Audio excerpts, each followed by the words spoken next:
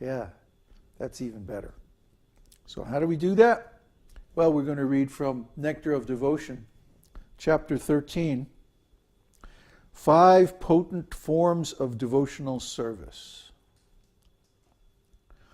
Rupa Goswami has stated that 5 kinds of devotional activities, namely residing in Mathura, worshipping the deity of the Lord, reciting Srimad Bhagavatam, serving a devotee, and chanting the Hare Krishna mantra, are so potent that a small attachment for any one of these 5 items can arouse devotional ecstasy even in a neophyte.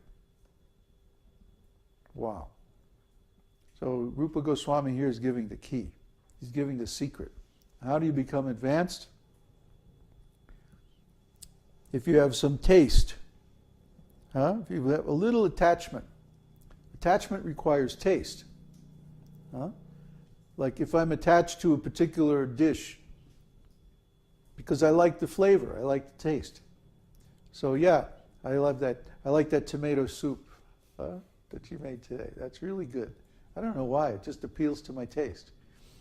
See, there's no reason for taste. Taste is something that comes from inside. Oh, I like this, I like that. So if you have a taste, spontaneous taste for the residing in Mathura, worshipping the deity, reciting Srimad Bhagavatam, serving a devotee, or chanting Mahamantra, then this is very fortunate. This will take you home. Regarding worship of the form of the Lord or deity, Rupa Goswami has written the following verse. My dear friend, if you still have any desire to enjoy the company of your friends within this material world, then don't look upon the form of Krishna, who is standing on the bank of Keshi Ghat, a bathing place in Vrindavan. He is known as Govinda, and his eyes are very enchanting. He is playing upon his flute, and on his head there is a peacock feather, and his whole body is illuminated by the moonlight in the sky. Now, what a nice scene. Huh? Yeah, so if you really want to enjoy this material world, don't go searching out Krishna. That'll ruin everything. The purport of this verse is that if someone becomes attached to the Sri Murti, or the deity of Krishna, by worshipping at home, then he will forget his relationships of so-called friendship, love, and society. Thus it is that the duty of every householder to install the deity of the Lord at home and to begin the process of worshipping along with all of his family members. This will save everyone from such unwanted activities as going to clubs, cinemas, and dancing parties, smoking, drinking, etc. All such nonsense will be forgotten if one stresses the worship of the deities at home. Now try to understand. Why do people do all these nonsense things? They're bored. They have time on their hands. But if you start to worship the deity, you'll quickly find that the different ceremonies and different procedures of worship are a bit time-consuming. We're just worshiping the minimum. We make a little offering at lunchtime. We don't eat breakfast usually.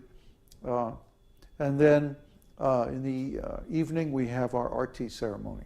We don't even do arti during the day, but yet we're fully engaged because we're serving the deity by spreading his glories all over the world. That's our main service. So we spend a lot of time preaching. That's also a kind of deity worship.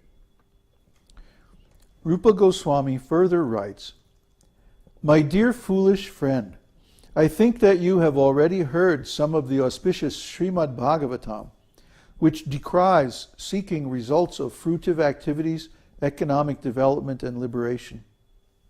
I think that now it is certain that gradually the verses of the 10th canto of Srimad Bhagavatam describing the pastimes of the Lord will enter your ears and go into your heart. So everyone in this material world is foolish. We're all fools. That's why we're here. We wouldn't be here unless we were fools. So the process of devotional service is how to stop being a fool and how to get out of this material world, how to go back to the original spiritual world and spiritual identity. In the beginning of Srimad Bhagavatam, it is said that unless one has the ability to throw out, just like garbage, the fruitive results of ritualistic ceremonies, economic development, and becoming one with the Supreme, or salvation, or liberation, one cannot understand Srimad Bhagavatam. Bhagavatam deals exclusively with devotional service. Only one who studies Srimad Bhagavatam in the spirit of renunciation can understand the pastimes of the Lord which are described in the 10th canto. In other words, one should not try to understand the topics of the 10th canto, such as the Rasa Leela, love dance, unless he has spontaneous attraction for Srimad Bhagavatam.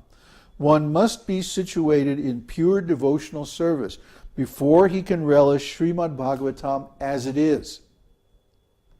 See, for example, in India, there are people who go around and they recite Srimad Bhagavatam as a professional engagement.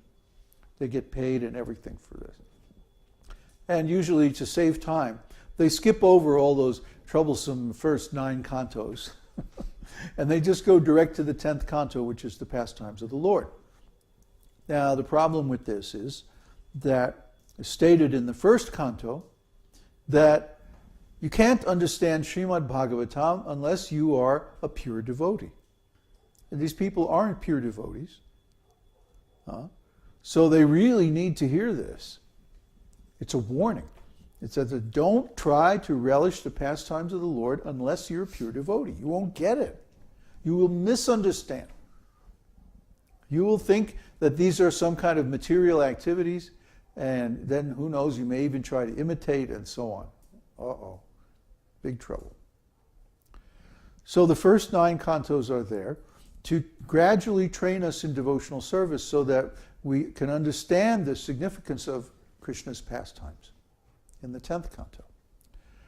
Or as Srila Prabhupada describes, this Srimad Bhagavatam is ontological education.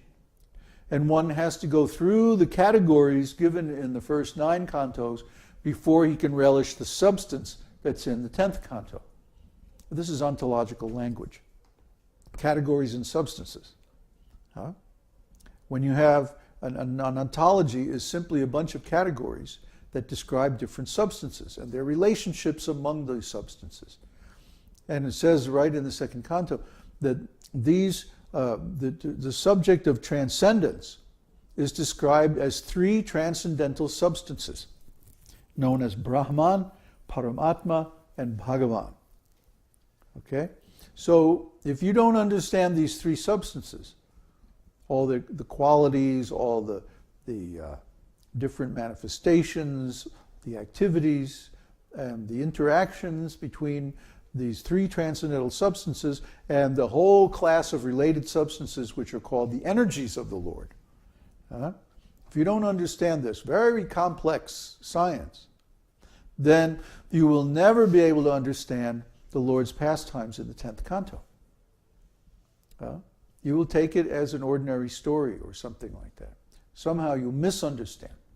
You won't understand exactly that this is the absolute truth, enjoying his energies, which he has every right to do, but only he has the right to do.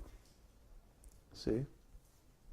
He is on a fundamentally different ontological platform than we are. So we can't imitate him. And if we try, it becomes sinful activities. So, read Srimad Bhagavatam from the beginning. Don't read the end first. That's bad. Very bad for your spiritual life. In the above 2 verses of Rupa Goswami, there are some metaphorical analogies that indirectly condemn the association of materialistic society, friendship, and love. People are generally attracted to society, friendship, and love, and they make elaborate arrangements and strong endeavors to develop these material contaminations. Wonderful. But To see the Sri Murtis of Radha and Krishna is to forget such endeavors for material association. Rupa Goswami composed his verse in such a way that he was seemingly praising the material association of friendship and love, and was condemning the audience of Sri Murti or Govinda. This metaphorical analogy is constructed in such a way that things which seem to be praised are condemned, and things which are to be condemned are praised. The actual import of the verse is that one must see the form of Govinda if one at all wants to forget the nonsense of material friendship, love, and society. In other words, it's sarcasm. Do you really want all of this material nonsense? Well, fine. Then don't go see the deity of the Lord. And just go right ahead on with all your stupid nonsense. Because once you see